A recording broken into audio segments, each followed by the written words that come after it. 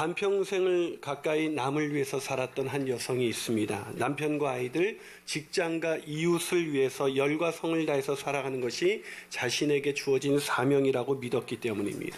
하지만 아무리 외면하려고 해도 외면할 수 없는 갈증이 있었습니다. 그것은 수많은 관계를 맺으면서 남을 위해서 살아가고 있는데 순간순간 밀려오는 외로움과 쓸쓸함을 어찌할 수가 없는 것입니다. 그러던 어느 날 자기 자신만을 위해서 미루었던 일을 시작하기로 결심을 합니다. 그것은 책을 쓰는 일이었습니다. 이후 책을 쓰면서 자기 자신과 허심탄회하게 마주하면서 이렇게 마음속에 뭔지 모를 기쁨이 오는 거예요. 키보드를 두드리면서 한자 한자 자신의 꿈을 이렇게 기록하는 동안 형용할 수 없는 기쁨과 즐거움이 몰려오기 시작했습니다. 게다가 기대하지 못했던 놀라운 일이 생겼습니다. 그것은 한 출판사를 통해서 책이 출간된 것입니다. 근데 더 놀라운 것은 이 출간된 책을 오프라 윈프리 쇼에서 무려 11차례나 소개를 하면서 일약 밀리언셀러 작가로 등극하게 된 것입니다. 여러분, 이 사람이 누군지 아세요? 최근에 우리나라에도 번역된 혼자 사는 즐거움의 저자인 사라 벤 브레스낙이라는 자매입니다. 이 사람이 책에서 이렇게 말합니다. 수많은 관계 속에 살아가면서도 당신은 문득문득 외롭고 쓸쓸하다. 왜일까? 오직 당신만을 위해 살아도 짧은 인생이거늘 당신은 어제도 오늘도 내일도 당신 삶 앞에 주렁주렁 달려있는 그 누군가를 위해 당신의 인생을 밀어놓고 있기 때문이다. 다른 사람을 위해서 살아가는 인생을 지속하는 한 당신은 지독한 고독에 시달릴 수밖에 없다. 동의가 되시나요? 예, 동의를 하시든지 않든 간에 이 책이 밀리언셀러가 됐다는 것은 그만큼 공감하는 사람들이 참 많이 있다는 것이죠. 오늘날 사람들에게 삶의 가장 중요한 이유가 무엇입니까? 라고 물어보면 그것은 나를 위해서 살고 싶다는 것입니다. 오죽하면 나는 나에게 고맙다라는 책이 다 있어요. 사람들이 혼자 나라는 자기 자신에게 집중하다 보니까 이제 다른 사람과의 관계는 그렇게 중요한 게 아니라 나와의 관계가 훨씬 더 중요하다고 생각합니다. 그래서 결혼도 꼭 해야 된다고 생각하지 않습니다. 아니, 결혼을 해서도 아이는 꼭 낳아야 한다고 생각하지 않습니다. 심지어 어떤 사람들은 애를 낳고 애가 자신의 인생을 살아가는 데 있어서 마치 장애물처럼 느껴진다라고 고백하는 사람들이 있을 정도입니다. 지금도 누군가는 아이를 그렇게 간절히 기다리는데도 말이죠. 그런데 오늘 본문에는 놀랍게도 이런 시대의 가치, 나를 위해서 살아가고 있는 이 시대의 가치와 전혀 맞지 않은 선택을 한 사람이 소개되어 있습니다. 누구예요? 바로 사도 바울입니다. 사도 바울이 오늘 본문 23절과 24절에서 이렇게 말합니다. 내가 그 둘 사이에 끼었으나 차라리 세상을 떠나서 그리스도와 함께 있는 것이 훨씬 더 좋은 일이라. 그렇게 하고 싶으나 내가 육신으로 있는 것이 너희를 위하여 더 유익하다. 누구를 위하여요? 너희를 위하여. 자, 너희를 위하여. 그 너희라는 존재 때문에 바울은 자기가 그토록 원했던 것, 자기가 가장 좋은 것, 죽어서 천국 가서 주님과 친밀한 교제를 누리며 살아가는 그것을 포기하고 있는 것입니다. 아니, 도대체 너희가 누군데 이렇게 사도 바울이 그 너희를 위하여 이 자기가 가장 좋은 것을 포기하고 있는 것일까요? 이 너희가 뭐 사도 바울의 형제입니까? 사도 바울의 무슨 가족이에요? 아니에요. 남입니다. 남. 바로 빌립보 교인들입니다.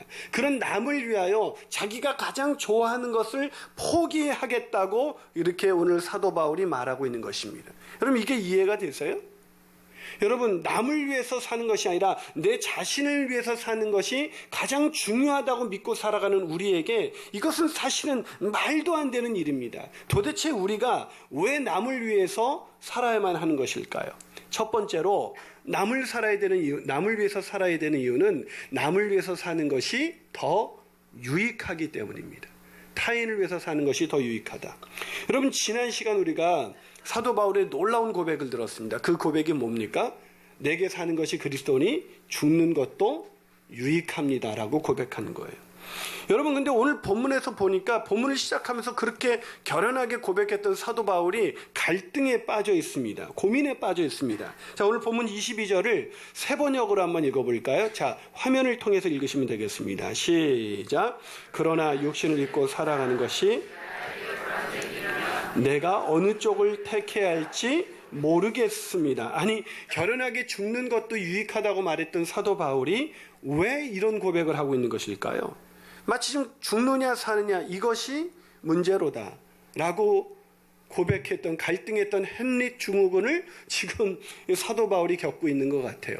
왜 이렇게 갈등에 빠진 것일까요? 갑자기 죽는다는 것이 삶에 대한 미련이 남은 것일까요? 죽는다는 것이 갑자기 두려워진 것일까요? 아니요. 사도 바울에게 가장 좋은 것은 여전히 죽어서 그 자기를 사랑하셔서 자기를 위하여 아낌없이 생명을 버리신 주님과 영원히 함께하는 것입니다. 그것이 사도 바울에게 가장 좋은 것이었어요. 여러분, 이런 소원이 우리에게도 있잖아요. 없으세요? 저는 있는 줄 알았는데. 여러분, 정말 주님과 함께 거하고 싶지 않으세요? 정말 친밀하게 얼굴을 대면해서 그분을 볼 수 있다. 얼마나 우리의 간절한 소원이겠습니까? 그래도 아닌 것 같아요. 아닌 것 같아요. 그래, 우리가 아직 원하지 않는 그것, 죽어서 주님을 만나는 것이 바울의 소원이었습니다. 여러분, 왜 그랬을까요? 왜 바울은 그것을 그렇게 소원했을까? 그것은 바울이 믿음으로 산다는 것이 결코 쉬운 일이 아니었기 때문입니다. 여러분, 바울이 예수님 만나서 어떤 인생을 살았습니까? 정말 고난의 길을 걷지 않았습니까? 그 바울이 예수님 만나서 산 인생이 얼마나 힘들었는지를 우리가 추측할 수 있는 본문이 있는데요. 그게 고린도후서 11장 23절에서 27절입니다. 길지만 우리가 바울의 인생을 한번 같이 읽어볼까요? 있습니다. 시작. 그들이 그리스도의 일꾼이냐? 정신없는 말을 하거니와 나는 더욱 그러하도다. 내가 수고를 넘치도록 하고 옥에 갇히기도 더 많이 하고 매도 수없이 맞고 여러 번 죽을 뻔하였으니 유대인들에게 40에서 하나 감한 매를 5번 맞았으며 3번 태장으로 맞고 1번 돌로 맞고 3번 파선하고 일주야를 깊은 바다에서 지냈으며 여러 번 여행하면서 강의 위험과 강도의 위험과 동족의 위험과 이방인의 위험과 신의 위험과 광야의 위험과 바다의 위험과 거짓 형제 중의 위협을 당하고 또 수고하며 애쓰고 여러 번 자지 못하고 줄이며 목마르고 여러 번 굶고 춥고 헐벗었다. 자, 바울이 어떻게 살아왔습니까? 예수님 만나고 세상의 형통을 누리면서 하는 일마다 막 잘 되는 것이 아니라 고난의 길을 걸었다고 바울은 이야기하고 있습니다. 그러면 지금은 어떤가요? 고난 끝? 행복 시작되었나요? 아니요. 여전히 시대 감옥에서 내일을 기약할 수 없는 그런 감옥에서 그 시대 감옥 4명의 군사에 의해서 철저하게 어떤 자유도 주어지지 않는 그런 고난 속에서 오늘도 복음을 전하면서 살아가고 있습니다. 여러분, 주님이 얼마나 그리웠을까요?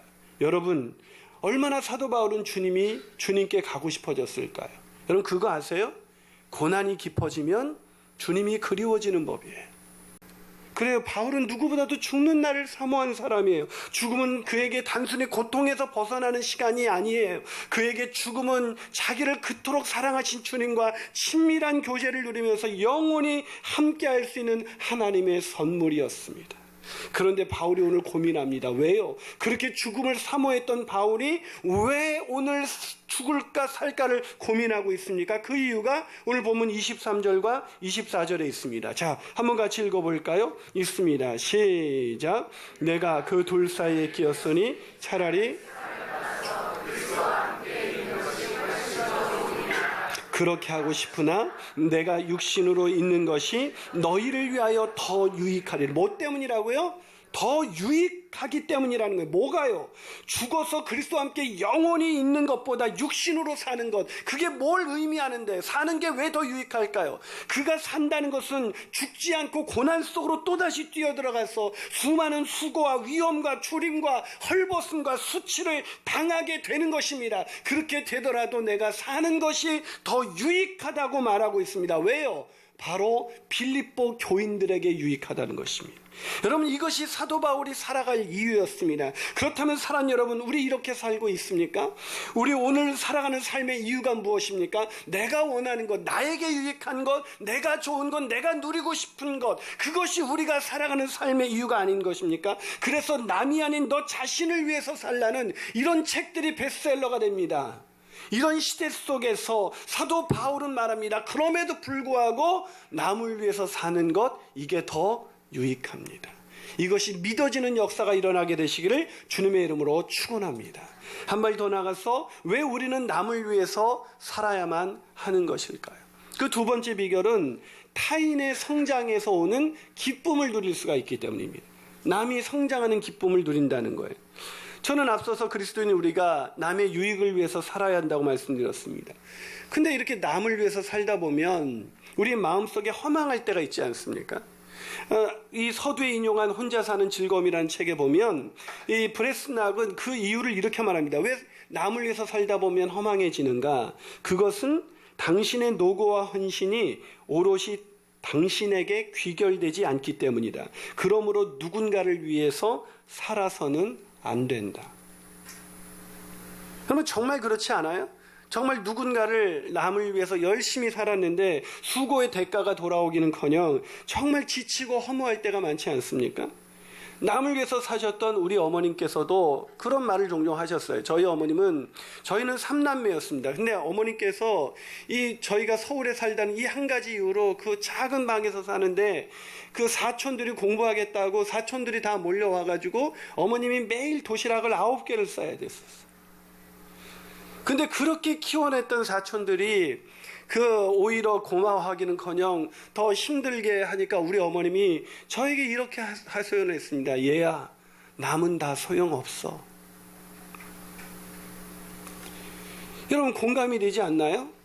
우리가 남을 위해서 뭔 좀 해보고 헌신하고 살다 보면 남은 다 소용없는 것을 우리가 느끼지 않습니까? 그래서 우리가 마음의 문을 닫고 사는 거잖아요.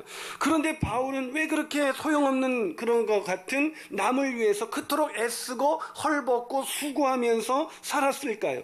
그 이유를 오늘 본문에서 바울은 이렇게 말합니다. 본문 25절입니다. 25절 읽어봅니다. 시작. 내가 살 것과 너희 믿음의 진보와 기쁨을 위하여 너희 무리와 함께 거할 이것을 확실히 안다. 뭐를 위해서 산다고요? 타인의 믿음에, 너희의 믿음의 진보와 기쁨을 위해서, 남의 성장과 기쁨을 위해서 나는 산다는 것입니다. 왜요?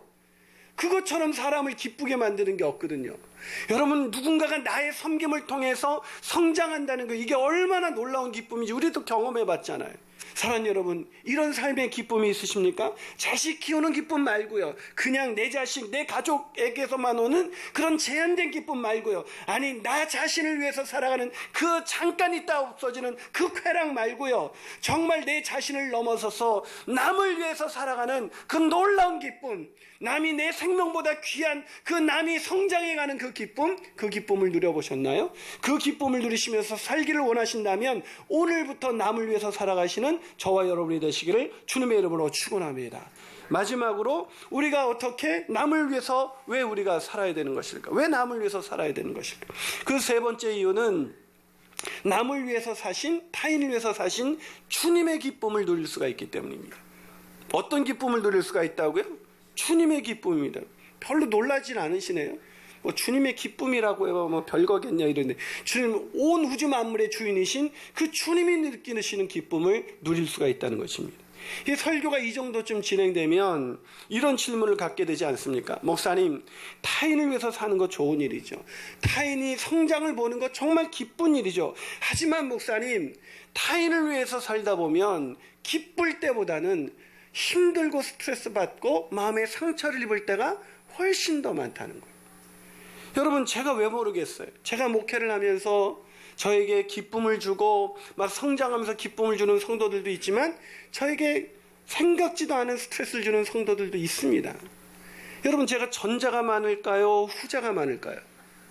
이게 잘 모르겠으면 여러분 자신을 생각해 보면 알 수가 있어요. 그래, 남을 위해서 우리의 수고와 헌신이 아름답게 결실을 맺지 못할 때가 훨씬 더 우리 인생의 경험 속에 많잖아요. 사도 바울은 어땠을까요? 그런 사람이 없었으니까, 늘 남을 위해서 살 때 그래 성장하고 기쁨을 주는 사람들만 많았으니까 사도 바울이 그렇게 살았을까요? 아닙니다. 사도 바울에게도 상처가 되는 사람들이 얼마나 많았는지 몰라요. 그 중에 한 가지가 디모데후서, 사도 바울의 마지막 서신, 그 마지막 순간까지도 사도 바울에게 상처를 주는 사람들이 있었는데, 그 서신의 4장 10절에 이런 기록이 있습니다. 자, 디모데후서 4장 10절을 우리 같이 한번 읽어볼까요? 있습니다. 시작. 데마는 이 세상을 사랑하여 나를 버리고 데살로니가로 갔고, 그레스게는 갈라디아로, 디도는 달마디아로 갔다는 것입니다. 타인을 위해서 살다 보면 그렇습니다. 상처를 받습니다. 배신을 느낍니다. 그렇게까지 수고하고 헌신하며 섬겼는데 뒤에서 나를 향해서 수근수근거립니다. 비난합니다. 판단합니다. 정죄합니다. 배신까지 합니다. 그래서 우리는 때로 마음의 문을 닫게 되는 것입니다. 타인을 위해서 살아왔던 그 시간을 후회하면서 철저히 자신만을 위한 인생을 살기로 작정하는 것입니다. 교회를 나와도 섞이지 않습니다. 목장에도 절대로 참석하지 않습니다. 교회 와서 어떤 봉사도 어떤 팀에도 들어가지 않습니다. 그냥 왔다가 조용히 나만을 위해서 신앙생활 하겠다, 내 신앙 지키겠다고 생각하는 사람들이 한국교회에 얼마나 많이 있겠습니까? 여러분, 그래서 오늘 바울은 오늘도 그에게서 가장 좋은 것, 주님과 함께 죽어서 친밀한 교제를 영원히 누리는 것이 너무나 좋지만 그보다 더 놀라운 기쁨을 주시기 위해서 오늘을, 이 고난의 시간을 살아가도록 나를 부르신 하나님, 그 하나님이 나를 살려주실 것이고, 내가 남을 위해서 살아갈 때 나도 남을 위해서 자기를 희생하신 주님의 기쁨이 어떤 것인지 내가 느끼게 되었다고 사도 바울은 말하고 있는 것입니다. 사랑 여러분, 남을 위한 기쁨, 남을 위해서 내 자신을 다 드려도 내 마음 가운데 더 큰 기쁨이 차오르는 그 놀라우신 기쁨, 그 기쁨을 누려보신 적이 있으십니까? 이 서울대 불어불문학과를 졸업한 아주 촉망받는 한 자매가 있습니다. 근데 이 자매가 대학을 졸업하고 불쌍한 사람을 위해서 돕기 위해서 사법고시를 준비했는데 사법고시 1차를 패스했어요. 근데 사법고시 2차를 준비하고 있는데 어느 날 갑자기 아버지께서 암으로 돌아가시는 거예요. 이 절망이 찾아왔습니다. 그런 상황에서 이 자매가 가장 이질적으로 느껴지는 성경 구절이 하나 있었는데, 그것은 바로 데살로니가 전서 5장 18절이었다고 합니다. 범사에 감사하라. 가장 이질적으로 아버지가 돌아가셨는데 어떻게 감사할 수 있어요? 하지만 2010년 미국에서 열린 전도 세미나에서 은혜를 받고 가장 기쁘고 행복한 일이 다른 사람들을 위해서 복음을 전하는 그 복음 전도라는 걸 깨닫고 선교사로 헌신합니다. 근데 선교사로 헌신하고 그렇게 공부하다가 졸업을 이제 한 학기 남겨두고 본격적으로 일을 하기 위해서 인턴 전도사로 일하기 시작한 바로 그 주에 직장암 말기 판정을 받습니다. 아버지도 암으로 돌아가셨는데 이 자매가 남을 위해서 본격적으로 살기로 작정한 그 주에, 그 첫 번째 주에 직장암 말기 판정을 받은 거예요. 수술을 안 하면 바로 죽고 수술을 해야 길으면 1년 정도 살 수 있다는 의사의 말을 듣고 이 자매는 수술을 포기합니다. 그것은 남은 1년밖에 남지 않은 그 시간, 치료하다가 시간을 보낼 수 없고 남을 위해서 복음을 전하다가 내 인생 그렇게 주님께 가리라. 그런 마음으로 자매가 남을 위해서 복음을 전하기 위해서 수술을 포기합니다. 주변에서는 넌 미친 것이다, 그건 올바른 신앙이 아니다는 말이 쏟아져 나왔습니다. 그런데 그 수술을 포기한 자매는 암으로 돌아가신 아버지의 죽음 앞에서 감사할 수 없었던 자신에게 놀라운 일들이 일어나기 시작했다고 합니다. 그것은 이제 시간이 지나면서 암이 막 커져가지고 암덩어리가 커져서 튀어나와서 육안으로도 확인이 될 만큼, 아니 손으로 만져지게 될 지경이 된 1년 2개월 어느 날 그렇게 고통스러운데 자기가 죽지 않고 살아있다는 것, 그리고 그 고통이 심해질수록 감사가 더 커져만 가더라는 것입니다. 아버지가 죽었을 때는, 암에 걸려서 죽었을 때는 이해되지 않는 성경 구절이 자기가 막상 암에 걸려서 죽게 되는 그 지경에 이르니까 이해할 수 없는 감사가 자기 마음속에서 터져오르다는 거예요. 그리고 그 자매는 그렇게 감사한 마음으로 그 남은 1년 남을 위해서 불꽃처럼 복음을 전하면서 살다가 2016년 올해 3월 1일 집으로 찾아온 성도들에게 온 힘을 다해서 고난 중에 기뻐하십시오 라는 메시지를 전하고 사흘 뒤 3월 4일 이 땅에 육신을 벗고 영원한 주님의 품에 안겼습니다. 그 자매가 바로 오늘 제가 추천도서로 소개한 당신은 하나님을 오해하고 있습니다 라는 책의 저자 유석경 자매.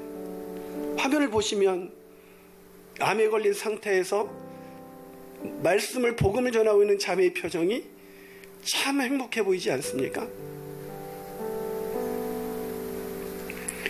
이 자매가 책에서 말합니다. 나는 단 한 번도 하나님을 원망하지 않았습니다. 내가 왜 암에 걸렸는지도 묻지도 않았습니다. 저는 하나님을 이해하려고도 하지 않았습니다. 그저 주님을 신뢰합니다. 그저 주님을 믿습니다. 사랑하는 여러분, 이 유석경 자매 아버지가 기가 막히게도 제가 지구촌교회에서 일할 때 그때 분당 성전을 건축할 때 건축 소장님으로 일하셨던 유집사님이셨어요. 그분이 암으로 돌아가셔서 장례식에 함께 참여했던 장례 예배를 저는 기억합니다.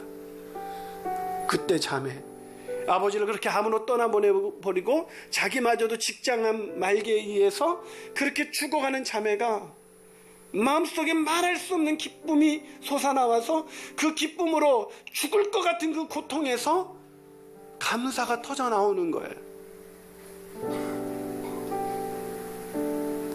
도대체 무엇이 그렇게 기뻤을까요? 아버지에 이어서 그렇게 죽었을 때 사람들은 수근거리지 않았을까요? 자, 저거 봐라. 불쌍하기도 하지.